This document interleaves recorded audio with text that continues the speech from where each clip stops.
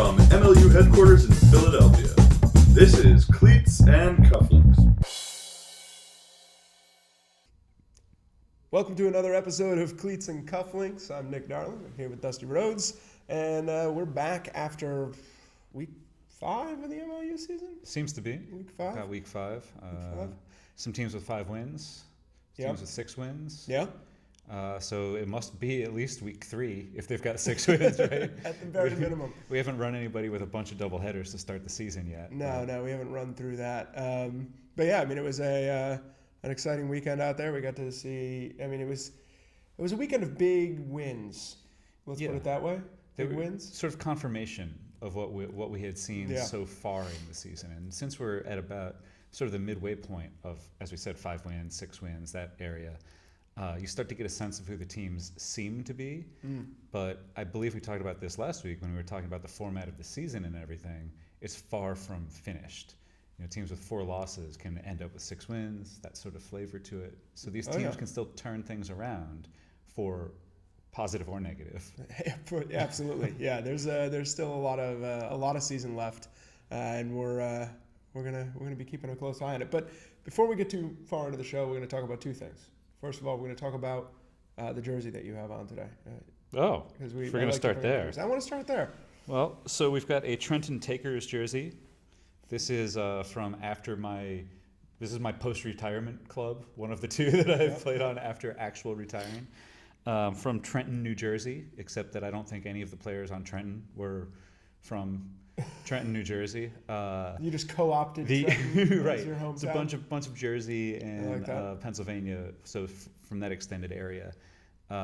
Team was very fun to play with. Had some future stars playing on that team. But if you've been over the bridges in the Trenton area, you'll see that one of the bridges says, "Trenton makes, the world takes," which is kind of where we took the name of this jersey from, that and the idea of we were the takers in the economy, and we were unapologetically taking from everybody. Yeah, and for those who can't see the jersey, it has a big takers across the front, the number. It's an homage to the Trailblazers. Is this Bingo, right? and that's kind of why I'm wearing it today, is because as Steph Curry kind of rocked the Trailblazers to sleep in the 17-point overtime performance of his, I felt that I should give a little shout to the Blazers, who had a very good season and all of that. They're not done yet; it's only 3-1. But when Golden State is kind of beating you without going to the nuclear option, and then they bring the nuclear option on in, it's going to be over for the Blazers very soon. It seems very likely. I also like that it has the little sublimated kind of take all over it too. So it's a good jersey. I enjoy this. You should one post a picture of this jersey for the people out there just listening. And finally, it's number 30 also, being Rasheed Wallace. Oh, see, my favorite Blazer of all time. Deep in the references. Disc don't lie, ball don't lie. There's a similarity there. Yeah. I'm seeing the matchups. I'm seeing the combination. The next thing we need to do, of course, and I do love this jersey. Maybe we'll hang that one up for the next show if you bring it back down. I have to take it with me. I don't know if I can part with it. You can bring it back. Maybe. Because next week you have to wear your Heavy Seas jersey, t-shirt, which of course leads us to our sponsor. So we want to say thank you, as we always do, to our sponsor who provides our refreshment, among other things, for us here. I do like to be refreshed. Cleats and Cufflinks. That's Heavy Seas Brewing Company out of Baltimore. I'm going to go ahead and open mine while we discuss these guys. They, great partner of the pod. Partner POP. So far, great POP. Good pop so far. And, I am drinking today the Crossbones, which is their session IPA. It tells me that it has full-on hop aroma with a surprisingly rich mouthfeel. This session IPA delivers a broad side of flavor without getting your powder wet. Now that's some good bottle copy right there. I recall that one from last time, attempting to get through the powder wet bit. Quality bottle copy. And it's also got the that's the hop water, as I recall, is what we're aiming for there. Going for hop water, yeah. And this is the surprisingly enjoyable pills, as I recall, the pounder pills. Yeah, both of us drinking a relatively lighter fare today. I have no complaints about that. Yeah. And this one is named for the weight of their shot. The most common naval cannons were called 6-pounders at Heavy Seas. That means a 6-pack of crisp, clean pounder pills. I do like the pounder pills. I love that. I feel like we're both auditioning to be to be voiceover actors. Well, only vaguely, in our because bottle copy we're moonlighting on the sort of bottle copy reading gig. Yeah. And since we're not doing it a bunch of times, we're not doing these pretzels are making me thirsty Right. sort of bit. Yeah. We're just doing it straight through. We're not getting a lot of practice. I feel like. Yeah. I feel like, and this is to all the people out there who are like, maybe I'll hire these guys. I feel like we'll get better. Given We'd the have opportunity to do some more repetition. I would have to consciously attempt to get worse at it. Well, cheers. Indeed, sir. Cheers. Another week in the books. Another week in the books. Oh yeah, that's a tasty beverage right there. That's what that is. So, first of all, let's talk a little bit about this past weekend. So, tell the folks what you were up to this past weekend. This past week, I got to go see New York host Philadelphia. Up in Orange, New Jersey. I kind of like the stadium out there. It's got a nice open air feel to it. And we saw the Spinners do kind of what we expected the Spinners to do against the Rumble, where, the Rumble keep making these plays here and there. They show some promise, but they undermine it with unforced errors. And the Spinners this year are taking full advantage of unforced errors and then forcing some on top of that. Aside from that, I mean, I called that game, did pretty well with that. Some hiccups here and there. I'm always looking for things that I can improve on. Working to get better. Going back and listening to the tapes and all of that. But one of the things I saw a lot this week was just hucks into double coverage. A lot of teams hucking into double coverage. I see that as confidence in one's receiver. Yeah. It just stuck out this week. So I'm working up a little bit of a piece on that to type about it a little bit, and how some teams just win when they huck into double coverage, and other teams are always Portland. Well, some of those are hucking past double coverage. Often. Right? Yeah. It's a little bit different. It's Yeah, not that's true. Floating up there, getting all messy and all of that. It's sending it out to someone who has the advantage speed-wise. Yeah. I had an interesting weekend. Yeah. So I was scheduled to come into the office here. I saw some video of that on one of the games. Yeah. We did a little office cam. We still haven't quite decided how we want to get that in there, but it was there. So I was scheduled to come in for around 7 for the 9 o'clock start of the Vancouver game. So come in at 7. Yeah. I meet with Chris, who I work with on that game. We go through our notes, make sure we're all on the same page, make sure everything's working. But we had a technical issue. So I'm at home, and I'm working on our 2017 sales deck. Oh. Which, by the way, is a huge project, but very, very important, because if you're not sowing seeds in the spring, you have nothing to harvest in the fall. That's true. So we're starting that process right now, which is kind of crazy. You know, you're always kind of a year ahead in that stuff, at least. And, at least. And we're just getting to that point. You know, we've been kind of working backward. See, and this is the other side of the job for you, because for me, I always feel like I'm about a year behind when I'm working. At MLU, it's like I'm trying to react to things that I learned last year when I'm playing. So this is the sort of, you have to plan all of this stuff so it happens, so that I and others can feel like they're behind. Yeah, that's the goal. So anyway, I'm at home doing some work on that, and I get a call from the office that the software that we use to ingest all of the live streams from around the country and then put them back out with graphics and all that has a bug. And we call the support, and we're like, hey, this isn't working. And they're like, yeah, we have a bug. We're like, when's it going to be fixed? We're not really sure. We're very confused about this bug. And we're like, okay. So we think it's cute. We're going to hold on to it. Yeah, maybe we'll keep it for a while. So we have this problem right before game time for San Francisco and Portland. And Scott Helm, who's here like managing the show, somehow manages to work a workaround where he basically like sends the video to a different monitor, does a monitor capture to get that into the software. I don't know. It's technical. It's confusing. I don't understand. But he manages a workaround, and he gets this in and is actually able to get the game up and live. Unfortunately, in that process, somewhere we lose the audio. This is the part I was familiar with. Yeah. So he calls me, and I'm trying to work on it with him, and finally I'm like, well, we can call it from there. So I drop what I'm doing and come down to the office, and we get Chris to come in early, and we sit down, and we actually did the second half of the game from here. So the second half of the game from here, a little bit of a break, and then went right into the Vancouver game. So it was a hectic day. Yeah. And calling and we're going to have this experience soon. We're not going to talk about that quite yet, but calling 2 games in a row or a game and a half in a row is definitely a lot of on time. Yeah, and especially if you don't know that you need to prepare for 2 games beforehand, because I can vouch for the fact that I try to show up to the stadiums 2 to 3 hours in advance because I have a number of tasks that I want to get through. I like to write out the roster so that I can remember the names better, do a couple other weird things that just take time. So if you get that interrupted, you have to call another game. Yeah, it definitely shook up that. And Luke also pointed out to me, Luke Ryan, our stats guy, I used one of his stats about the half-field pull, the fact that we've already had more breaks off half-field pulls this year than all of last year.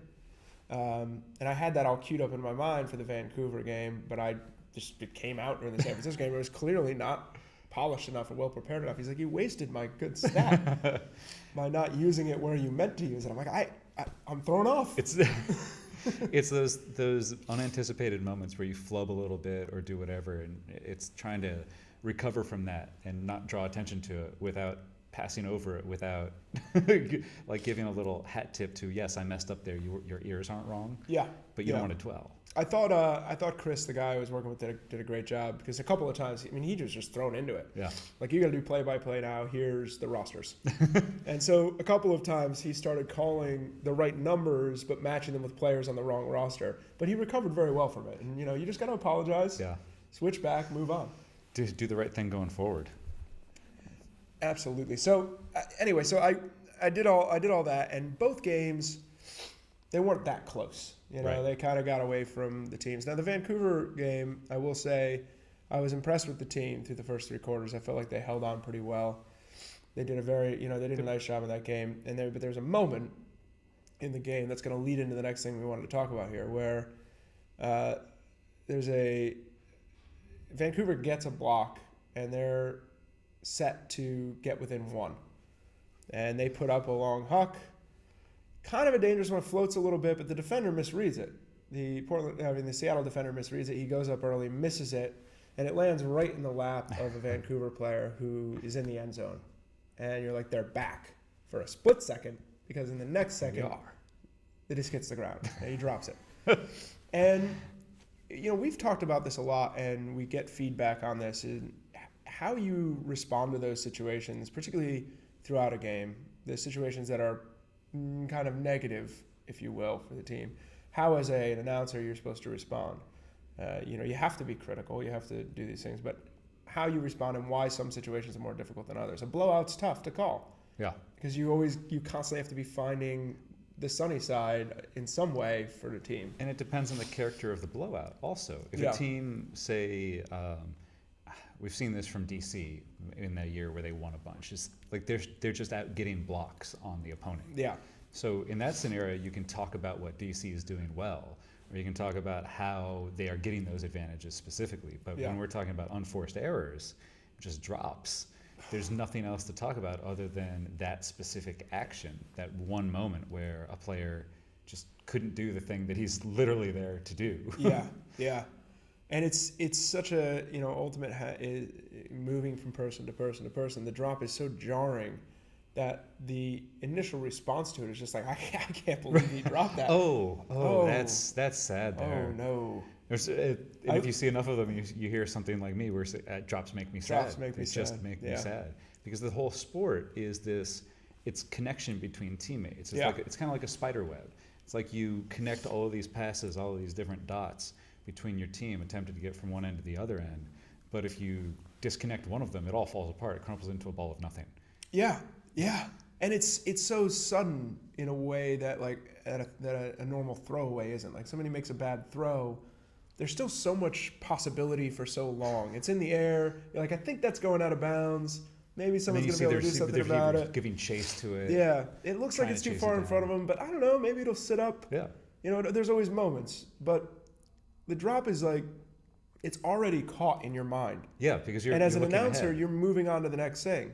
You're like, it goes to this guy, and you look downfield because you want to figure out where he might throw it next. And often that's sort of the give and take between the play-by-play and the color, is that the play-by-play is watching the person with the disc, making sure he knows who it's going to right around there, trying to anticipate a little bit.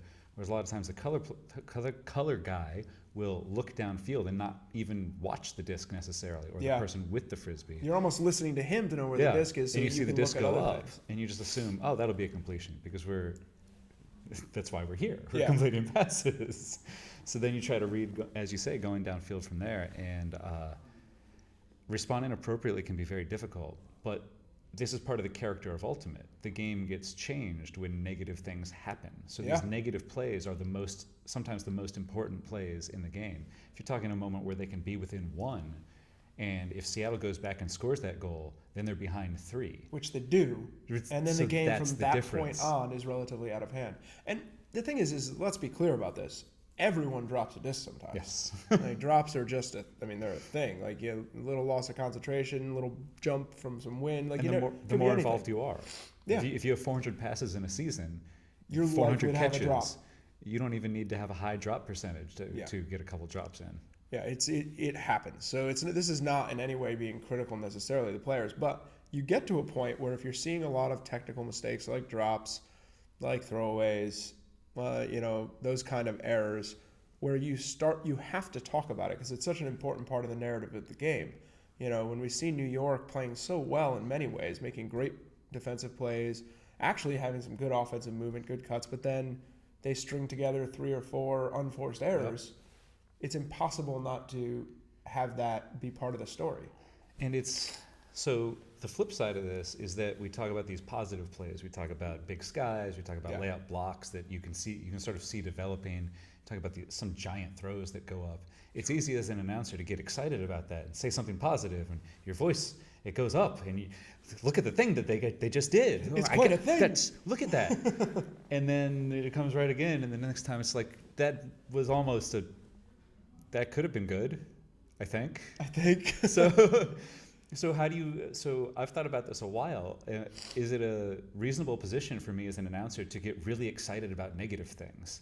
So if I take the total opposite tack, I'm like, that was a fantastic drop. Is that just pouring salt on the wounds, or can I? It's tough because I've definitely had those kind of things happen in the games that I've called. We had a dropped pull in that DC Boston game we were calling, and the reaction is, I can't. He dropped it. I think everyone was failing to believe that he did that, including him himself. He had no, right. He was completely oblivious. No, it's the fact that they're part and parcel to the game, and sometimes they're turning points, sometimes they're hugely important. And I think that there's a tendency to want to be positive. You want to put things in a good light, and I think that's good. I think as an announcer, you want to talk positively more than you speak negatively because the teams are developing. You don't want to, but fans often want you to. We all take different tacks on this. Yeah. My instinct is to be negative, so I have to deal with that differently. Yeah.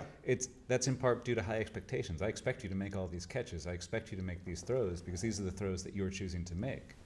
But so when I see these things happen, it's difficult for me to reconcile that some positivity could be gleaned from this, or to keep in mind that I have literally talked about every negative thing for both teams that has happened over the course of 4 quarters, and sometimes you don't need to just be down about all of it. Yeah, and it's a tough balance to strike because again, it's storyline, and when we look at the shape of Ultimate in general, you said it right. It's a web. It's a string of options, and the moment when that changes, if it's a block, that's somehow still part of that string. It feels fluid. It feels kind of normal. If it's a deep throw that's contested, right, that feels like part of the string. It's a shot. If it's a short throw that's dropped, it's massively jarring. And I think about where we see that in other sports. And you brought up, we were trying to think in football what it would be. Right.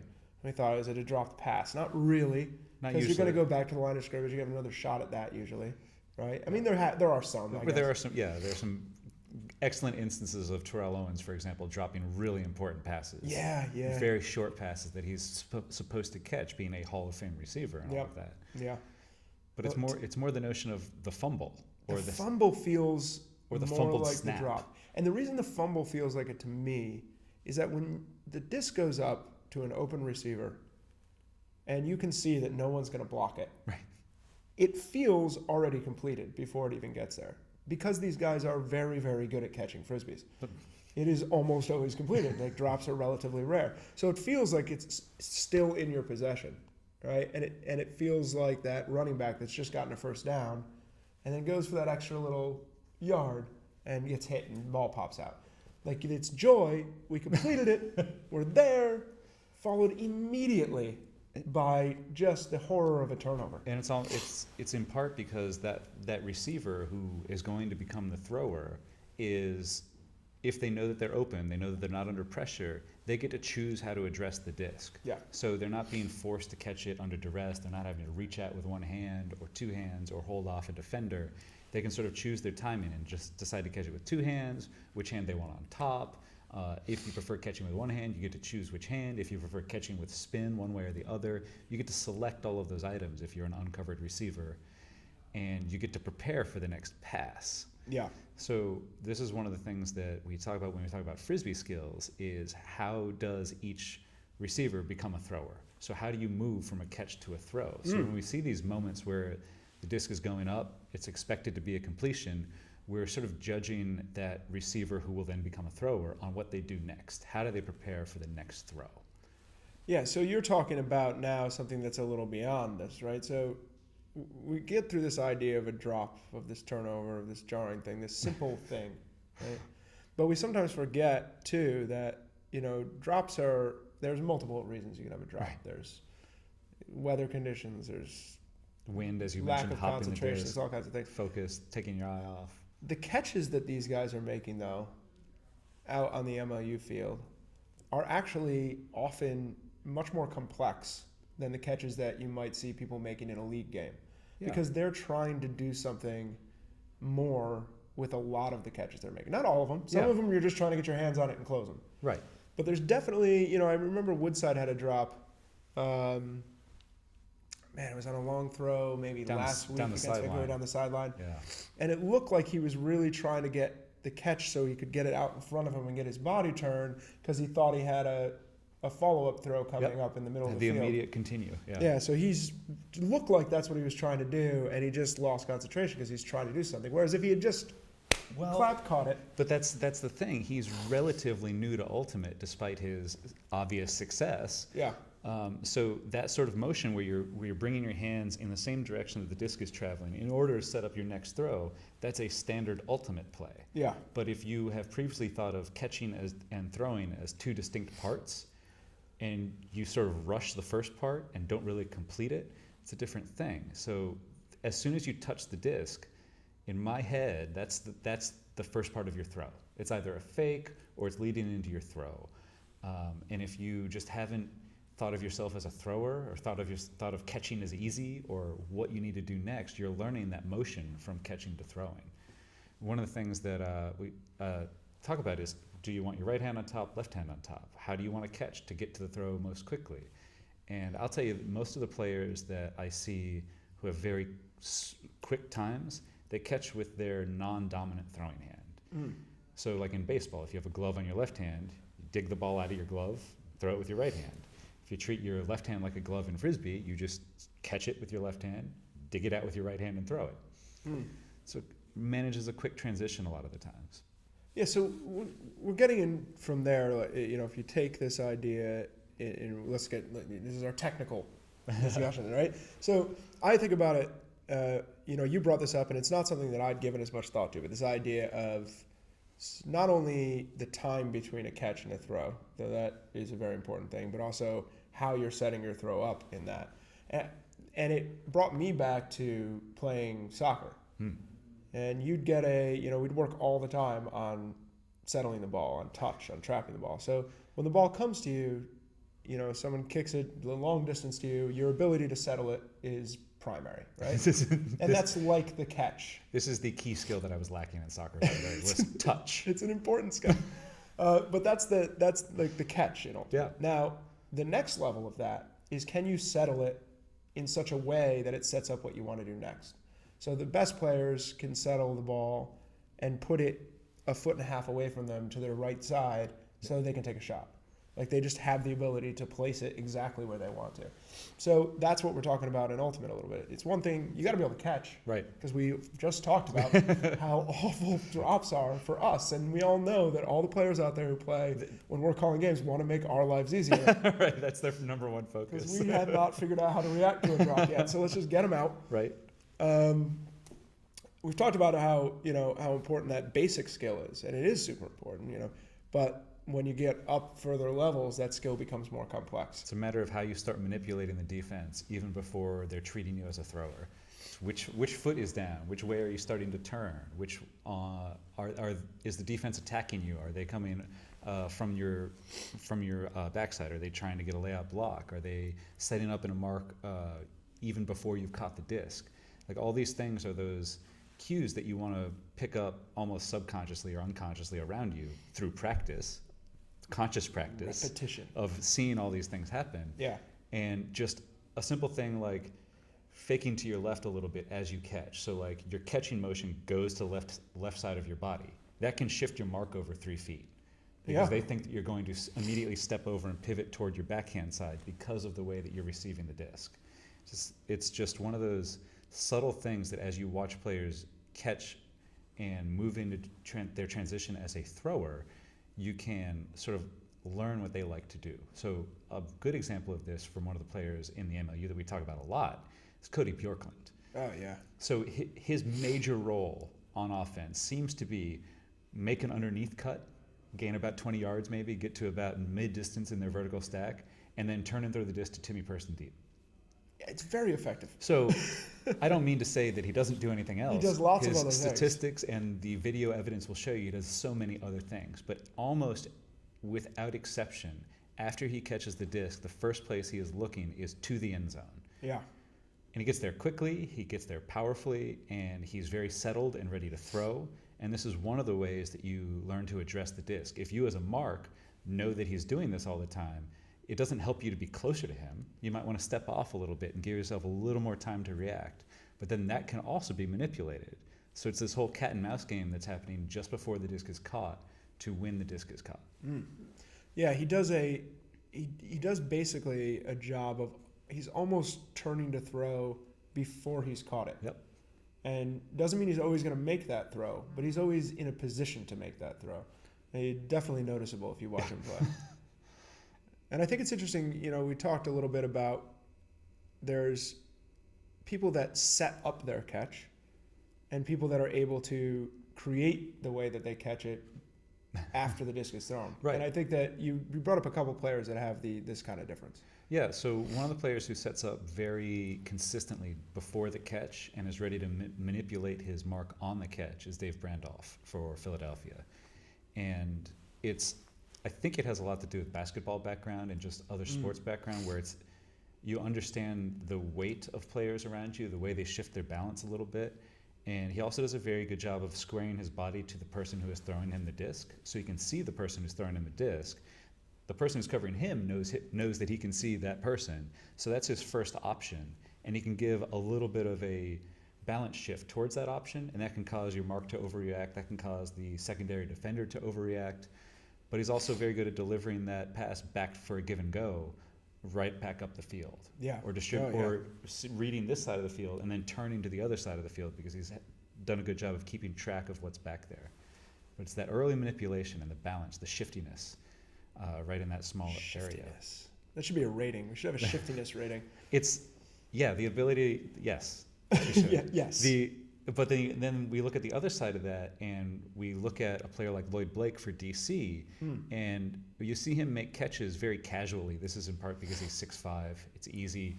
Got those long arms. Can extend, and in order for players to make defensive bids up there, they generally have to be moving at pace. Yeah. And you're not generally moving at pace covering a handler. Yep. You have to work up to it.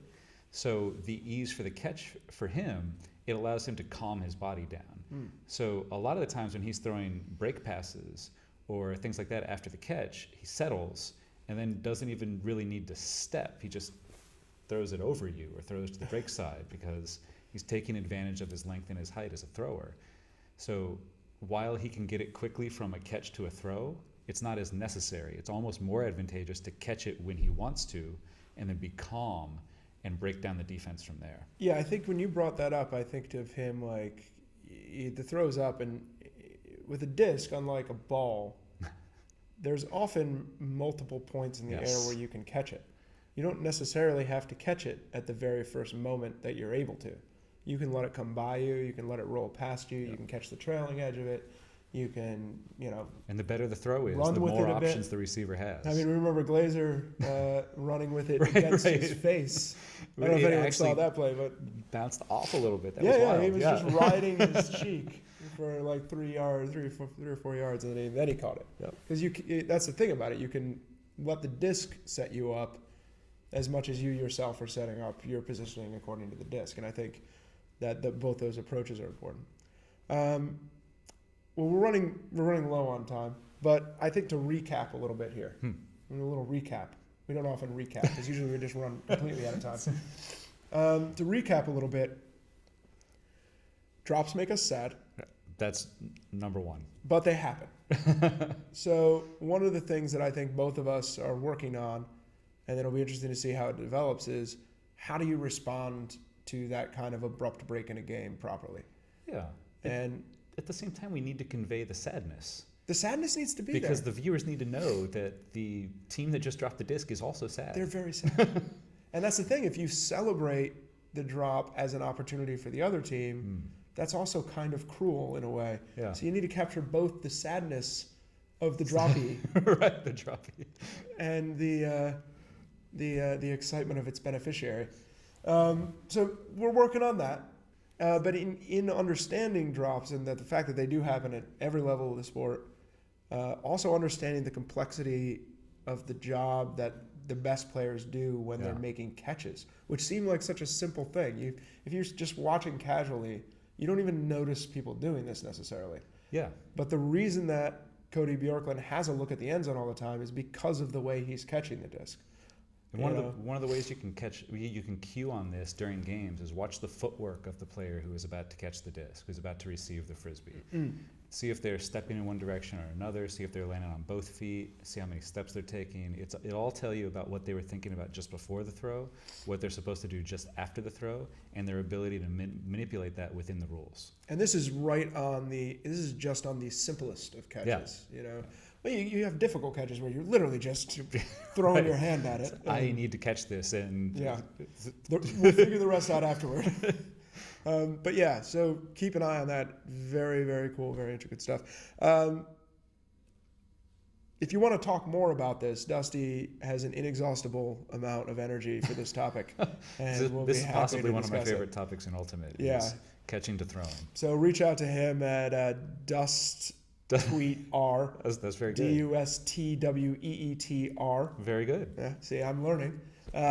If you want to talk about literally anything else, you can get me at Nick Darling, NIC Darling, or you can get us both at Cleats Cufflinks.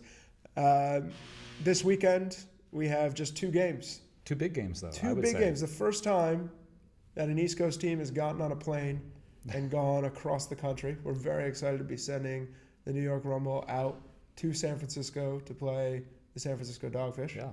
And then the matchup that really is the most meaningful in the East right now, Philadelphia headed up to Boston to see if they can win a game up there in Medford Stadium, which is never an easy task. And you can watch both those games at MLUlive.com. Dusty will be calling the game up in Boston, and hopefully all of our live streaming stuff will be working, and I will not be calling the San Francisco-New York game from here. But you never know. We're gonna wait and see. Break in case of emergency. Break in case of emergency. We're prepared for it this time, though. We'll get in there right at the beginning if we need to. And, well, that's all the time we have for today. All right. Thank you, Dusty. Always good. Happy to be here. All right. See you next time on Cleats and Cufflinks.